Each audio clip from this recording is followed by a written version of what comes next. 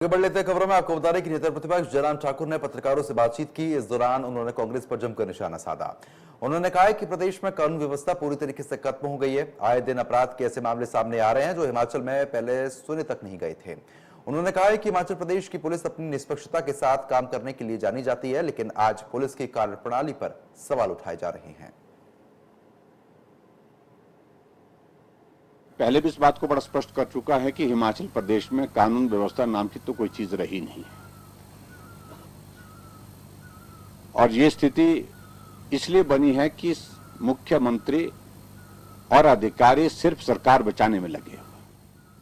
मुख्यमंत्री कुर्सी बचाने में लगे हैं और सरकार के अधिकारी प्रयत्न कर रहे हैं कि हम सरकार को किस प्रकार से जो है हिफाजत उसको दे सके, यानी कि उसको सुरक्षित कैसे कर सके।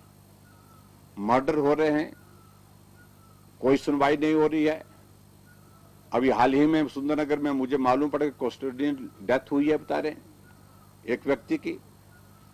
लेकिन जो भी आरोपी अगर जेल के अंदर है तो उसकी मृत्यु, उसके अंदर वो आत्महत्या कर ले वहां पर, तो ये बहुत बड़ा एक प्रश्न चिन्ह होता है कानून व्यवस्था पर। और ठीक मुझे अच्छी तरह से याद आ रहा कि ये परिस्थिति ठीक उसी तरह की बन गई थी जिस प्रकार से गुड़िया कांड जैसी घटना हुई थी और कस्टडी में ही एक जो है मुजरिम, जिसको माना गया था, मुजरिम माना नहीं गया था लेकिन उनको गिरफ्तार किया गया था फिलहाल, तो उस वक्त पूछताछ में उसकी जो है वो उसका मर्डर हो जाता है। ऐसे हालात पैदा हुए हैं हिमाचल प्रदेश में। और दिन दिहाड़े लूटमार की घटनाएं, दिन दिहाड़े इस प्रकार की घटनाएं, जो खासतौर से अभी एक पुलिस कांस्टेबल का एक मामला आया है।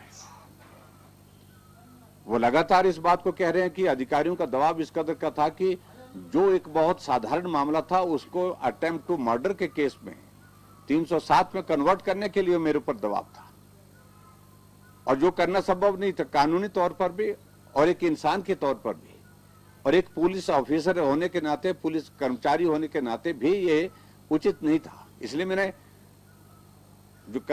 इसके लिए मना किया, लेकिन लगातार दबाव डाला गया। और अब हैरानी की बात है कि वो कर्मचारी, वो कांस्टेबल जो है पिछले दिनों से गायब है। उनकी पत्नी गुहार कर रही है, मुख्यमंत्री से बार बार आग्रह कर रही है कि मेरे पति को सुरक्षित मेरे पास भेजिए, परिवार के पास भेजिए, लेकिन मुख्यमंत्री उस पर जवाब देना भी मुनासिब नहीं समझ पा रहे। ये परिस्थिति हिमाचल प्रदेश में कानून व्यवस्था की बनी हुई है और मैं समझता हूं कि बहुत दुर्भाग्यपूर्ण देवभूमि हिमाचल प्रदेश में जिस प्रकार की घटनाएं घटित हो रही हैं। अभी हम देख रहे थे वहां कांगड़ा में मर्डर हो जाता है, एक लेडी की घर जाते हुए रास्ते में हत्या हो जाती है, उसका गला काट दिया जाता है पालमपुर के करीब। और इसके अलावा एक लड़की को वहां पर बस स्टैंड के पास, वहां पर पालमपुर में, उस पर दराट से हमला होता है और हमलावर जो है वहां पर उसको लहूलुहान कर देता है। लेकिन उस सारे मामलों, जिंदगी और मौत के बीच में अभी तक भी जूझ रही हैं।